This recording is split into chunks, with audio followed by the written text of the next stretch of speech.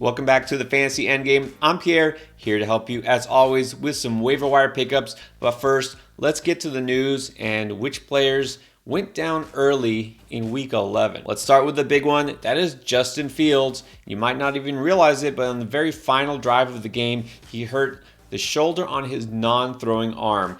Now, that might not seem super significant, except the fact that after the game, he was talking about being in a lot of pain and he was carted off to be examined.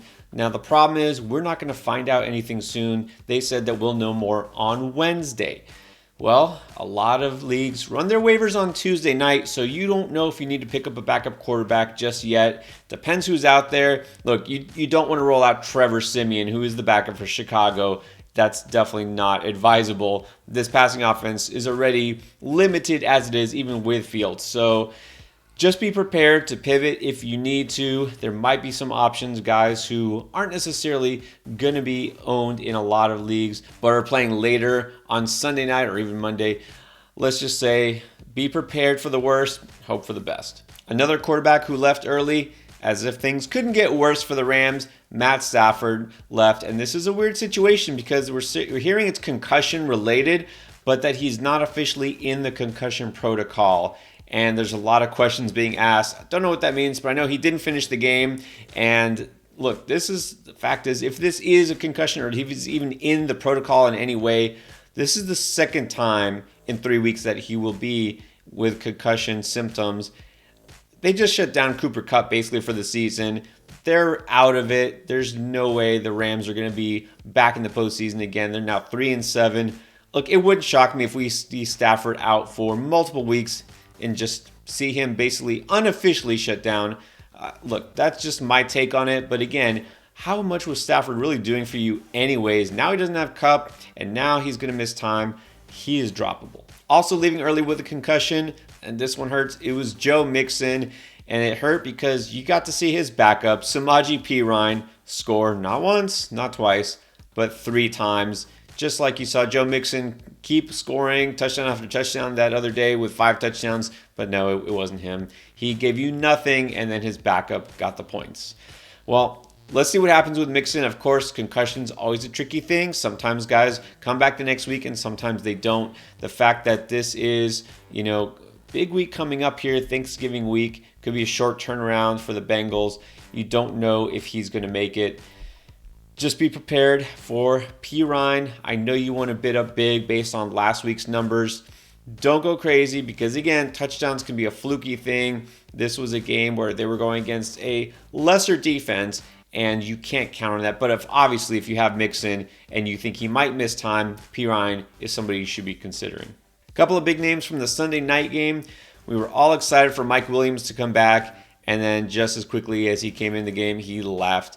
Very early, was ruled out, never returned. He had exactly 1 catch on the night. So that's the thing with players returning from injury. A lot of times they come back and post big numbers, and sometimes they just get injured again, and that's what happens with Williams. So with Mike Williams, again, the fact that it's the exact same injury, an ankle issue, something that's held him out for multiple weeks, we might not see him back. They might want to do like they did with Keenan Allen, play the long game. But on the other hand, this is a team that now needs to win, falling again in brutal fashion late to the Chiefs. They're really desperately trying to make the postseason. So I don't think they'll rush Williams back. It's going to be kind of a touch-and-go situation, but be prepared to be without him again. And then Kadarius Toney, I don't know. What? Just when you thought he was going to have this huge game and he also left with an ankle injury, that's what we can expect from him basically is the unexpected. So we'll see what happens. This is a guy that, again, you can never really trust. The upside is so much. The downside is so little. Also leaving in that game was Clyde Edwards-Helaire. And at this point, he isn't starting anywhere in fantasy leagues. And now I think it's very obvious he doesn't need to be owned anywhere in fantasy leagues. Isaiah Pacheco was already the starter. Edwards-Helaire now hurt. And Pacheco looked really good without CEH on there at all. And Jerick McKinnon is just fine. So CEH, again, should be dropped. And then I think it's time to say we can definitely part ways, finally, with Kyle Pitts.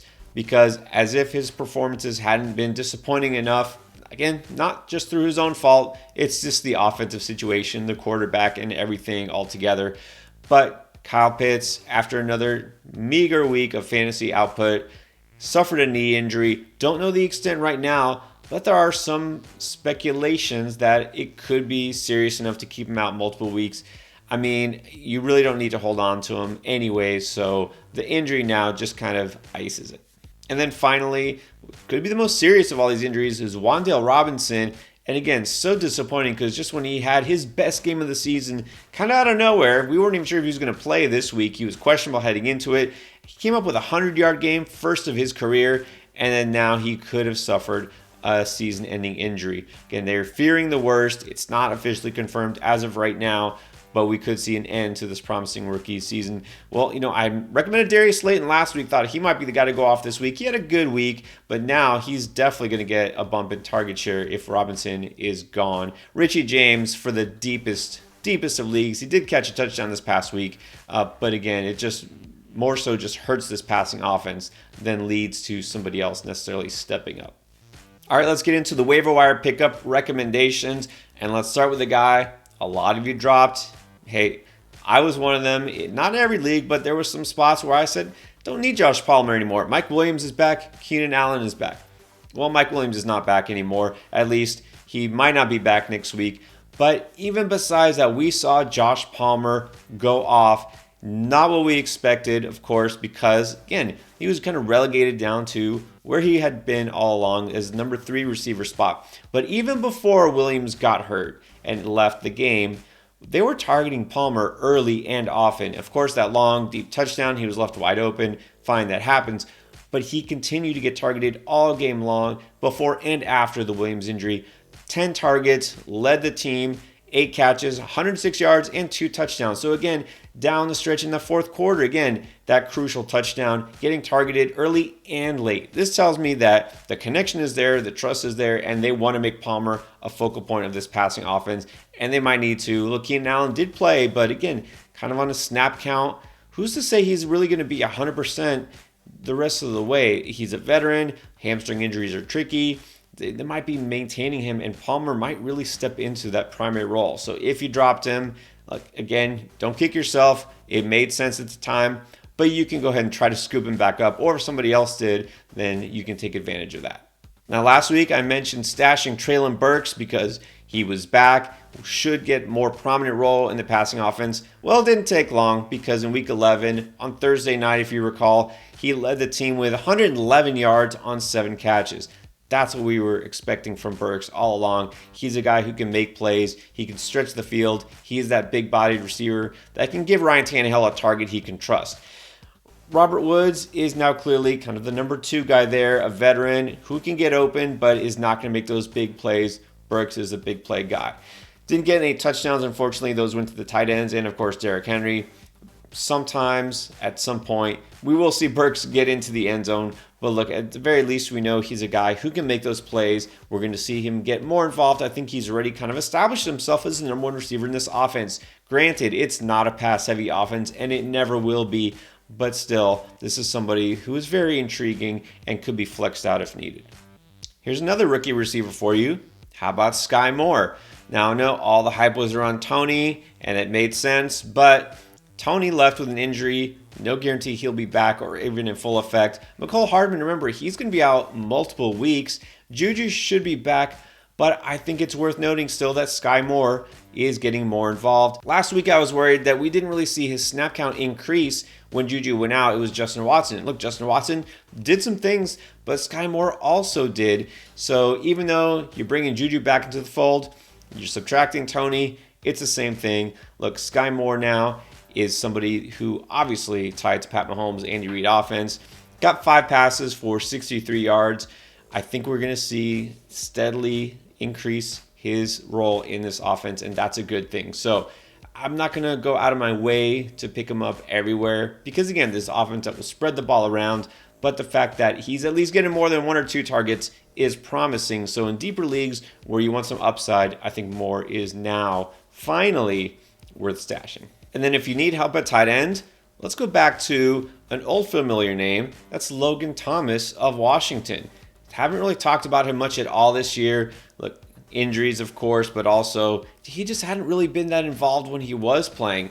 He finally took a prominent role this past week. 5 catches for 65 yards, led the team in both categories. Kind of a surprise there. But the main reason I'm interested in him is not just that he's finally catching some passes, but next week he gets Atlanta.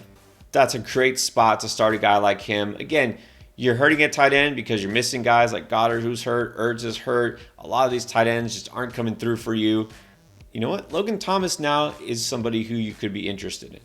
And then I think it's only right that we end with a reminder that if Rachaad White is on the waiver wire in any of your leagues, pick him up.